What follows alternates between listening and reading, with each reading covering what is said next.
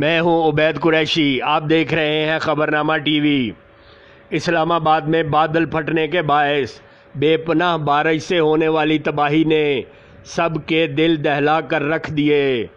مزید بارشوں کی پیشن گوئی نے دریائے کرنگ اور دریائے سواں کے کناروں پر قائم آبادیوں کو خطرے میں ڈال دیا۔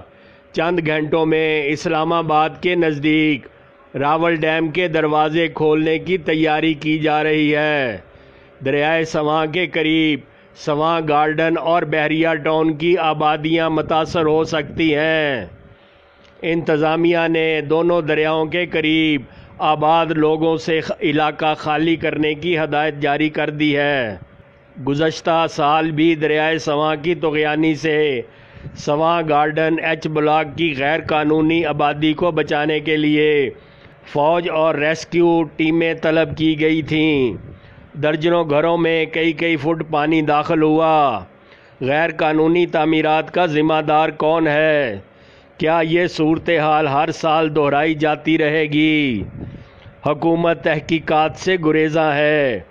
نقصان مکینوں کو برداشت کرنا پڑتا ہے۔ دیکھتے رہیے خبرنامہ ٹی وی۔